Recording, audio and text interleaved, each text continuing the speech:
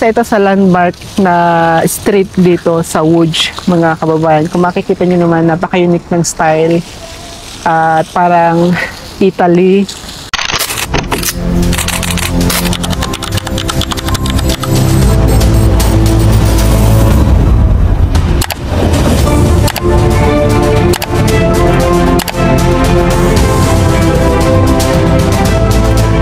Shout out to Puro Company, the fastest company in Poland in hotel business. Sa simbolo ng Łódź, mga kababayan, kung makikita nyo yung gate na yan. So dati ay manufacture ito kung saan ay nagpuproduce sila ng fabric para sa mga fashion ng mga damit, ano. Makita nyo, mahaba yan hanggang dun yan sa dulo. So manufacture yan dati. So ang pangalan niya ngayon ay Manufaktura sa Polish. Nagpuproduce sila ng mga fabric before. So sa ngayon ay isa ng hotel yan. So dito sa Łódź, mga kababayan, ay common na rin yung tram. Ano? Dahil nga 1 hour lang ito sa Warsaw, sa central na Poland. So makikita nyo naman, di ba? So, napaka-common na rin ang mga tram dito. So na-amaze ako sa ganda nitong Piotrkowska Street dahil sobrang dami kong nakitang hindi ko nakita sa Gdansk, syempre. Ano? So maganda yung mga building, yung structure, kung makikita nyo.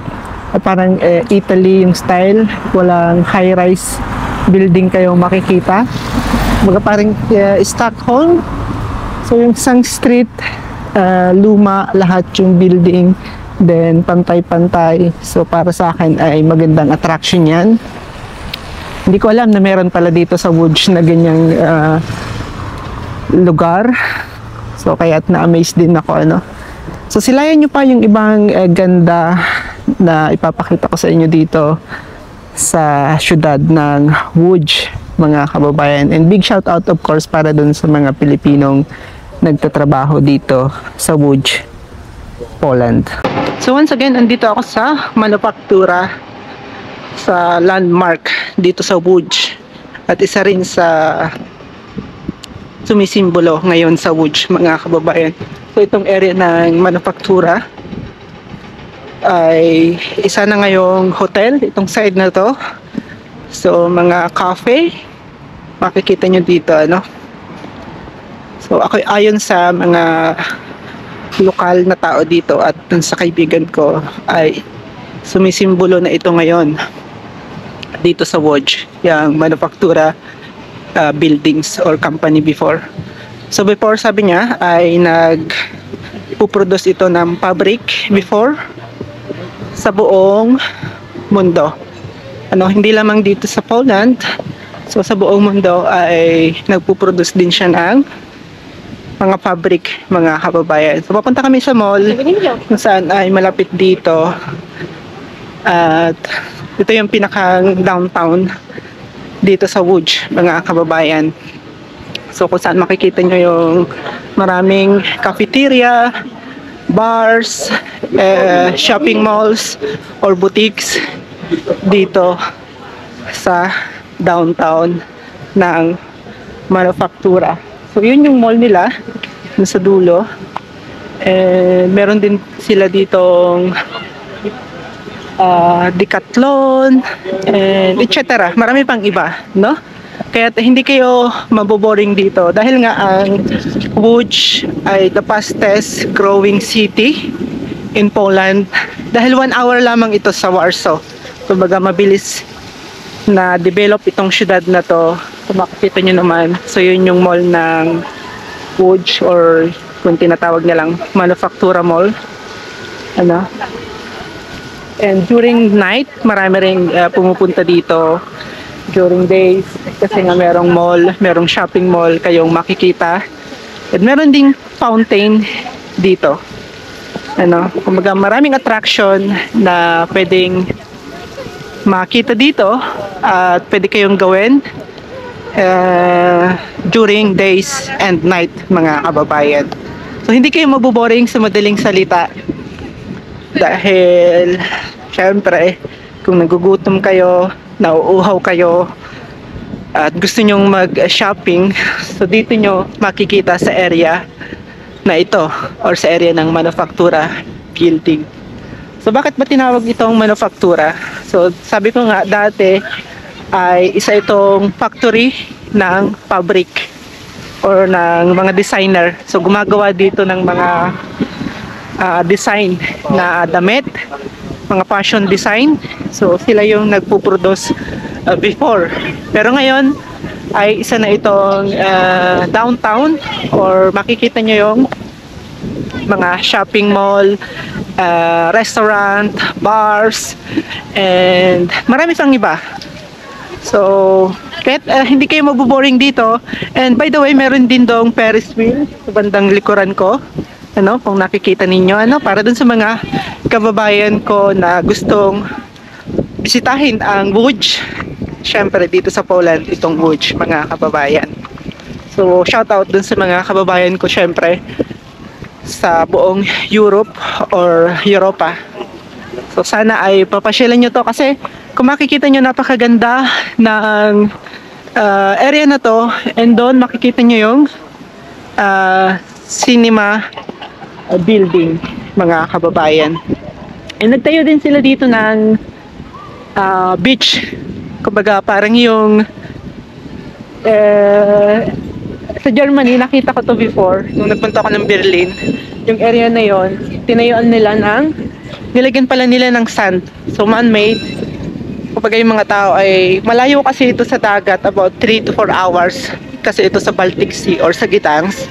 Kaya yung ibang mga community dito or yung namumuno dito sa downtown ng manufaktura area ay nilagyan nila doon ng sand or ng buhangin, baga man-made, para makapag-relax sila during summer season. While during winter, nilalagyan daw nila yun ng skating area. So ito, meron din dito sa kabilang side ko, syempre yung kilalang Primark dito sa Europe. So Primark is boutique or bilihan ng mga fashion outfit or yung mga sport outfit natin. Kung gusto ninyong makamura or mapamura, so puntahan nyo yung Primark. So hindi ko naman siya pinopromote, and maganda lang siyang brand din para sa akin. So ito yung area dito sa downtown ng manufaktura, kung saan ay isa ring landmark or kinikilalang landmark dito sa Łódź, mga kababayan. So syempre big shout out dun sa mga kababayan kong nandito sa Łódź, Poland, kung saan dito sila nagtatrabaho at nakatira for a while. So sana mapanood nyo tong video na to. And tinry ko rin yung traditional coffee dito sa street ng Łódź. So makikita rin yun dito, meron akong kinakain na cake. So classic lang to. Nagpahinga lang ako ng kaunti dahil 30 minutes na ako naglakad. Then kailangan lang ng break. So itong taste na to, may flavor siya ng strawberry. So medyo malasa, strong yung caffeine niya. Then to with banana and some chocolate flavor. Then binudbudan lang ng kaunti. Pero para sa akin napaka lasa niya at hindi ganoon katamis. So ito yung pinakang nagustuhan ko dito sa street ng Piotrkowska, mga kababayan. So later pupuntahan ko yung ibang attraction dito sa Łódź pagkatapos ng syempre break time. So nag break time si kabayan at gusto ko lang mag-relax bago bumalik din ng trabaho dahil naka day off ako for few days. And medyo masama rin yung pakiramdam ko, mga kababayan. Kumbaga meron akong Rainy knows.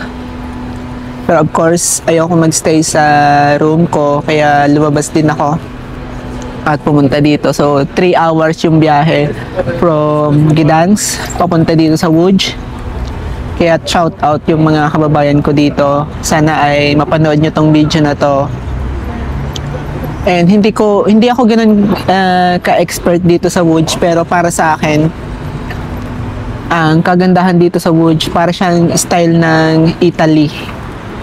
Yung style, yung mga building, yung mga coffee shop, yung mga boutique, yung manufaktura na pinuntahan namin kagabi, kung saan nandun yung mall nila.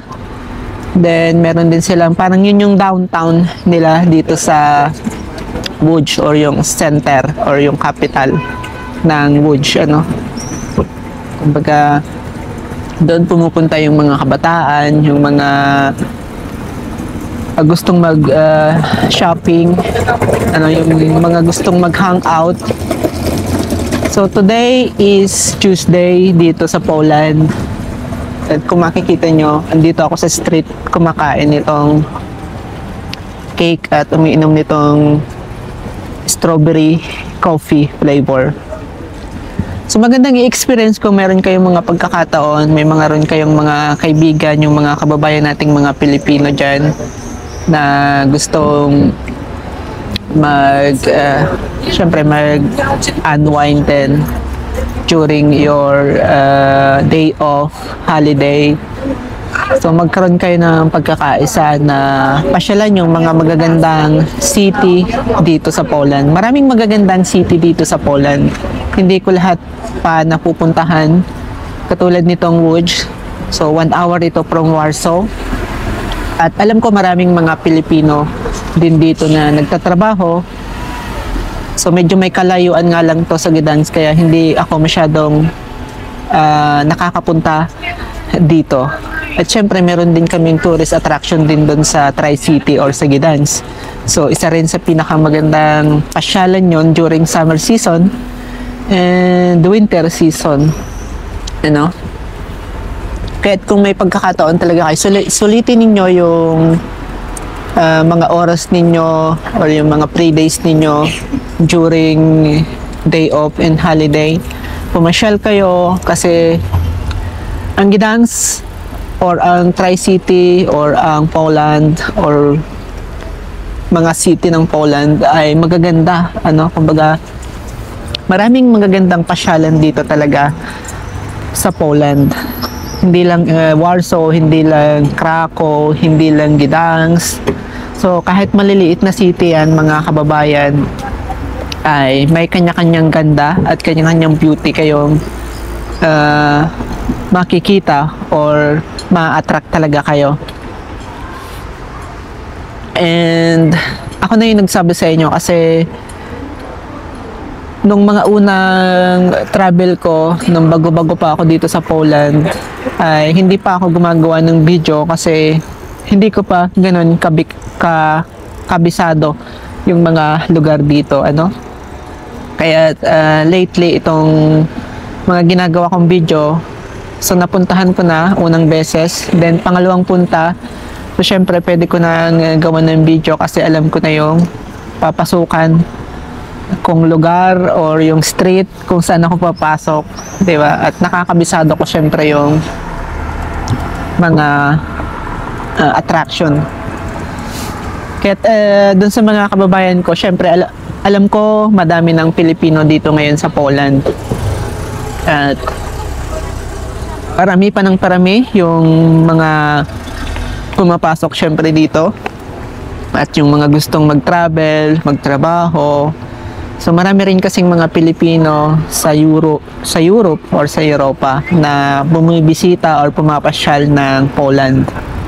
Kaya big shout out sa inyo. Ako si Adrian, mga kababayan, at isa akong OFW dito sa Poland for 5 years na gumagawa ng video at nagbibigay ng kaunting informasyon, syempre patungkol dito sa Poland, dahil isa akong OFW dito na gumagala or nagta-travel sa mga maliliit na syudad dito sa Poland. So nakabase ako sa Gdańsk for 5 years na at doon din ako nagtatrabaho, mga kababayan. So hopefully ay masubaybayan ninyo yung mga video ko at least para maging updated kayo sa mga pangyayari dito sa Poland. So hindi lamang sa Poland dahil nagte-travel din ako outside Poland. For example, pumupunta ako ng Norway, pumupunta ako ng Germany, at pumupunta ako ng Sweden. So yung kalapit na bansa dito sa Poland, pinupuntahan ko yan kung meron akong budget. Pero kung wala, syempre, stay lang ako dito sa Poland and nagtatrabaho lang ako for for the rest of my stay dito.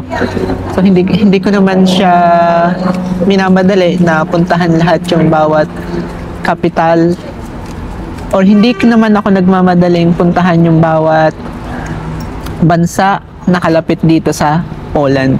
Dahil nga, syempre yung budget din, mga kababayan. Mahirap ding hanapin yung budget na gagastusin ko kung pupunta ako ng ibang bansa dito sa Europe. So hindi lang naman ganun kadali ang pagpasyal, for example sa Germany. So kinakailangan din syempre ng pera at ng preparation. So isa yan sa paghahandaan ninyo kung gusto nyo mag-travel dito sa Europe, mga kababayan. So maganda ang Europe para sa mga Asian syempre, pero para sa mga Polish o para sa mga European, medyo yung iba ay gusto nila ang Asia katulad ng bansa natin. So yung mga ilan kong kaibigan ay gusto nilang puntahan ang Pilipinas.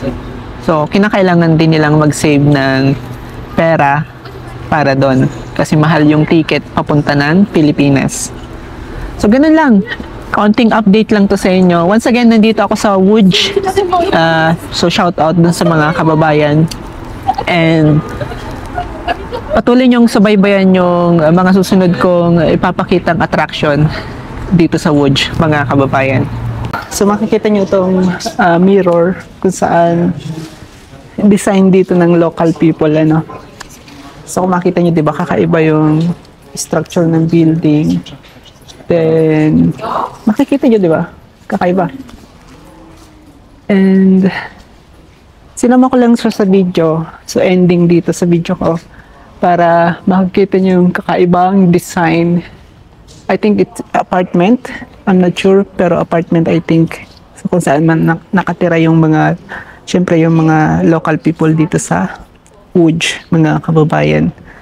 So pinakita ko lang sa inyo, at least isa ito ang attraction din dito na pwede nyong puntahan kapag pumasyal kayo dito sa Łódź, mga kababayan. Ano, so kakaiba siya. Kung makita nyo yung kumbaga binasag na salamin, then dinikit nila. So talagang pinagtiyagaan nilang idikit ito sa dito sa wall, no? So isa din itong attraction dito na pwede nyong puntahan. So para ito dun sa mga kababayan ko syempre na gustong pumunta dito sa Łódź, Poland. So anyway, tatapusin ko na dito yung video ko at magkita-kita tayo hopefully sa mga susunod kong video, or maaaring gumawa pa ako ng isang video mamayang gabi para ipasilay sa inyo yung nightlife dito sa Łódź. So anyway, summer dito sa Poland, hanggang 10 PM ng gabi yung sikat ng araw.